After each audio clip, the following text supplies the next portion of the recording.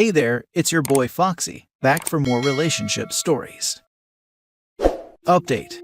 I, 37 male, have a biological child who I've never seen, 17 female, wanting to make contact, which I don't want but my family does.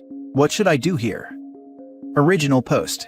When I was 19, I was violated by an older colleague, 34 female, after a works night out, and she got pregnant. It didn't go anywhere legally, as it was my word against hers, and she had the kid. Sadly, as there's no proof that it wasn't consensual, I had to pay child maintenance until the child was 16. Obviously, as it was a product of what happened to me, I wanted nothing to do with it. Told her to raise her baby herself. The woman died, not sorry about it, a couple of years back, and I've not heard anything about the kid since, so I had no idea what was going on other than my maintenance stopping, which was a relief because I finally felt like a millstone had been lifted from around my neck. Because of what happened, I never have been in relationships because of the issues it's caused me, and I haven't got any kids or anything like that, so I feel like I can start living a bit. But I was brought down to earth a bit last month when my mom said the kid got in touch with her on social media and asked about me and my family, and told them she was living with her grandparents herself after her mom died, until they both died themselves, so she's not got anyone now. Now my mom is one of these people with a massive soft spot for kids and young people, so feels sorry for her. I told her I don't feel comfortable with her being in touch with us, and I want nothing to do with her, so keep her away from me. She seemed upset, but I thought she accepted it. I will say throughout it all since then, my parents have been an absolute rock. They were some of the only people to support me, and I couldn't have done it without them. So I was talking to my mom at the weekend, and she admitted to me that she's not only kept in touch with the kid, but she had met them the week before, and they didn't tell me. Basically, they feel really bad for her because of the life she's had, and are starting to enjoy her being in their life. Not only that, she's been asking about me and what happened, and wants to meet me to talk and ask me questions. Obviously, I'm upset about it. I not only had to go for going against my wishes, but for betraying my trust like that. She said it's hard for her and my dad because of the way I've been, never had any kids or anything. They have always been sad that they'll never have a grandchild, and this may be their only chance. She also told me she thinks I'm being out of order taking it out on an innocent child who didn't ask for this, and could at least meet her to talk. I've said no and not spoken since, which is hard, because I normally ring my folks twice a day, and my mom keeps on trying to ring me. I don't know what to do. Reddit. I obviously don't want to be cruel, but that kid is a reminder of what happened to me, and I am just angry she's coming back into my life now, when I thought it could be over. And how could my parents do this to me when they know how I feel? As it stands, I have no desire to meet her, and don't see the good that could come from it. But I don't want to lose my parents either. What should I do? Now for the top advice before reading the updates. I think you need to go to counseling to practice enforcing strong boundaries if you want to maintain a relationship with your family. You did not want that child, and you did what you had to do by paying child support. It's sad that she lost her mom and now wants to meet you. You may be biologically related to her, but you are not her dad, and you made it clear right from the beginning. You are not the bad person here. This is just an unfortunate situation for everyone involved. Doesn't change the fact that there's an innocent 17-year-old girl with no family whatsoever. OP doesn't have to be a father figure to this child, but she's still a biological offspring of her grandparents, and it's not fair to tell them they cannot help this girl out of a terrible situation. Is it OP's responsibility? No. Would it be easier to forget she existed? Yes. Does it change the fact that she does exist? No. This situation is tragic, and it's going to cause hurt to someone, regardless of the decision made. Either OP, a 37-year-old man, can be reminded of an awful experience, but still be surrounded by loved ones. Or a 17-year-old girl can be reminded of her own awful experiences, losing everyone she is close with, and be surrounded by no one. I know this will be the unpopular opinion, but I feel that the 17-year-old girl's welfare takes priority. He doesn't have to be in his daughter's life, but he can't ask his parents to ignore this girl after she has reached out to them. I would bet that the child doesn't know she is the product of such an act. That's going to mess with her head, and she's probably bearing resentment to OP from whatever lies her mother told her. Getting to know the truth is going to be traumatic for her as well.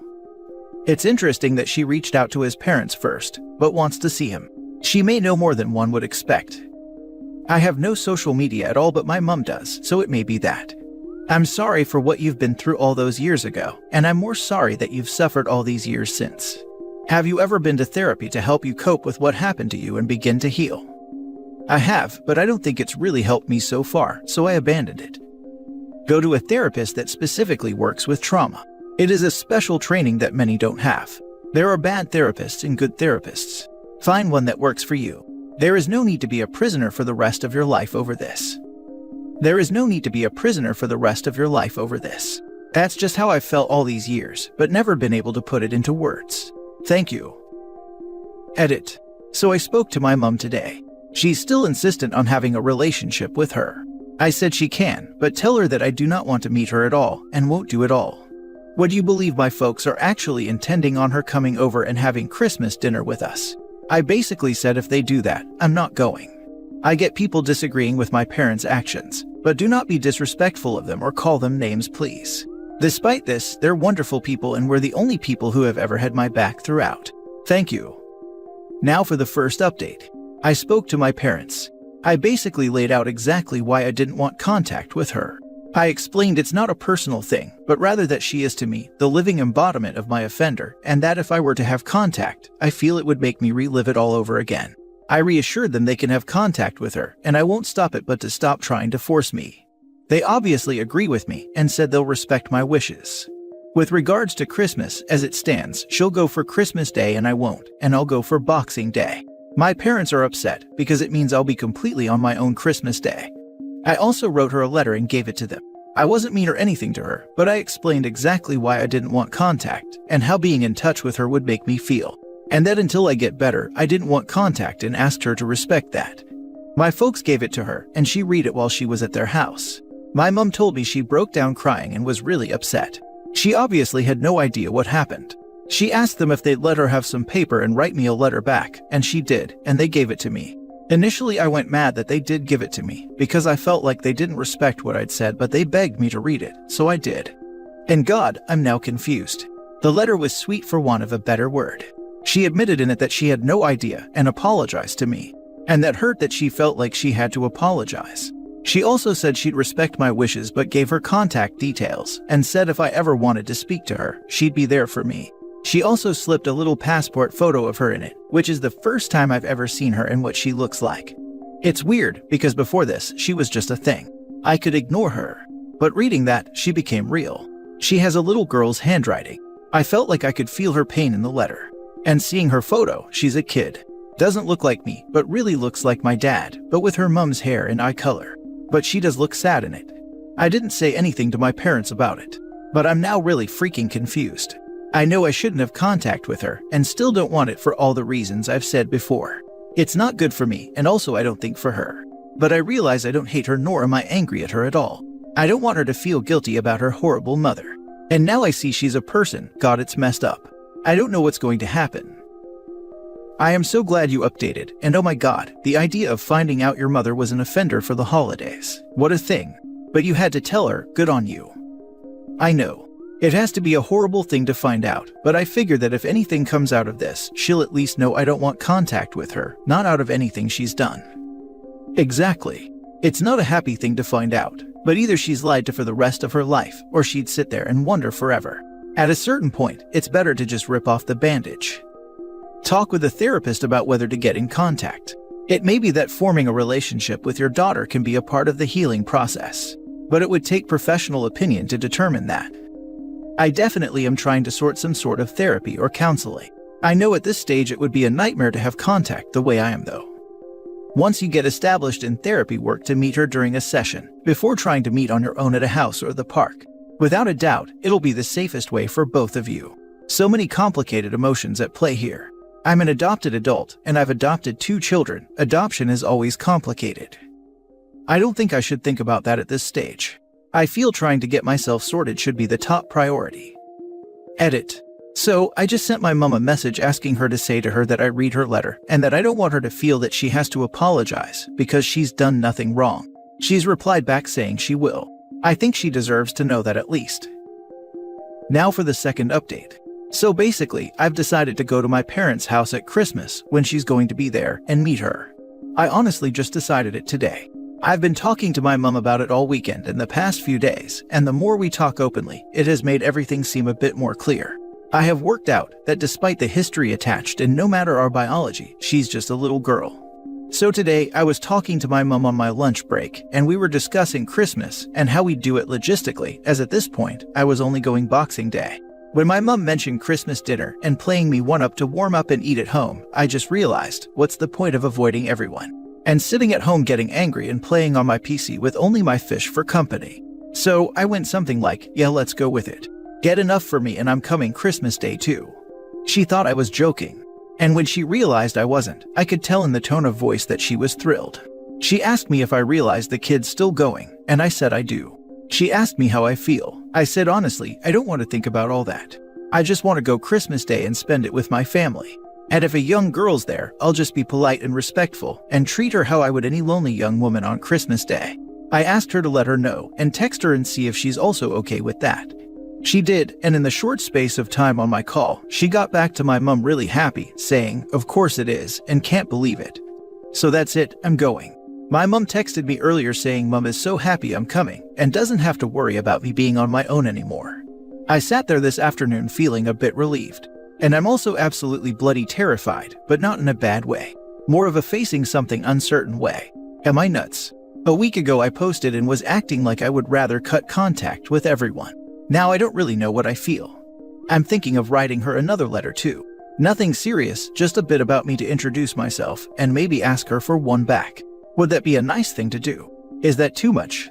I mean, obviously I might panic and cancel last minute knowing how flaky I can be, but I hope not. Now for more advice before the last updates. Life is short. This isn't guaranteed to play out like a Lifetime movie, but it's not guaranteed to end up in disaster either. I think opening yourself up to new experiences is a brave choice, and I think she'll be excited to just meet you and talk to you. Do take it slow and give yourself an exit strategy if it gets to be too much. Take a break by going into another room, or maybe a short walk around the block. Try to go into there without expectations, and I think it's also important for her to do the same. Best of luck with everything. Definitely. I mean, I'm just rationalizing it to myself that I'm going to my folks, and we have a guest there, and only expect we'll have a nice day and good food. That's a good idea about a break though. I'm sure they'll let me walk the dog for them if I need to get out for 5. Did she give you her email address? You should write her directly, instead of sending your parents between. No, although I did consider that, but I might yet. My thoughts are that this way, if it doesn't work out and we don't keep contact, I don't have the risk of someone having my email address that I don't want to be in contact with. At least this way, I can make that decision at a pace I'm comfortable with. You can make an email just for communicating with her, silly. From your posts, I think you're kind of settling with the idea now that the shock's worn off. I think the picture really hit you too. I'm glad you are going Christmas, as no one should be alone. And I think it'll be good for you to meet her, as by the way you've written, I think you want to, but we're hesitant that you'd resent. But as time goes on, you are warming up and thinking of her in a more positive light. The letter sounds a good idea. Maybe you could include some of your quirks and favorite things, and about your fish. I think so. It was like at the beginning it was the shock and it wasn't a real situation to me. Then I got the letter and it made her real, a human. I'm not going to say I might not have a negative thought in future, but at least this way there's plenty of time in case that happens. Definitely a nice idea about the fish too, by the way. Edit. Thanks to the great suggestion of a certain commenter, I've set up a new email address solely for the purpose of her and I to communicate, so it saves us both having to write letters and wait. My mom's got her email for me, so I'm in the process of drafting an email. Freaking hell, I've spent hours in the past week communicating with strangers all over the world on Reddit, but do you think I know what to say in an email to a teenage girl living not too far away from me? I'm absolutely blank. Now for the last update. Those of you who check out post history are welcome to check my post history out. But me and my daughter have been corresponding through email this last few days a lot. It feels like hundreds of emails and getting to know each other. Even though it's been weird, I have really enjoyed it. She's a lovely kid, and I genuinely like her. So this afternoon we were chatting, and I signed off my email "Love Dad" without thinking. And she messaged me back, "Dad, do you mean it?" And I was like, I suppose I do. I haven't heard from her since because she's working today, but I keep on thinking about it. In fact, she texted me a couple of minutes ago with a smiling emoji and a love heart. I responded the same. I was so scared to embrace her. To me, a couple of weeks ago she was just my offender's baby. Now I acknowledge she's mine, like I'm her dad and she's my daughter. I wouldn't say love is the right word, but she's mine. If someone asked me if I had a kid, I'd say I do.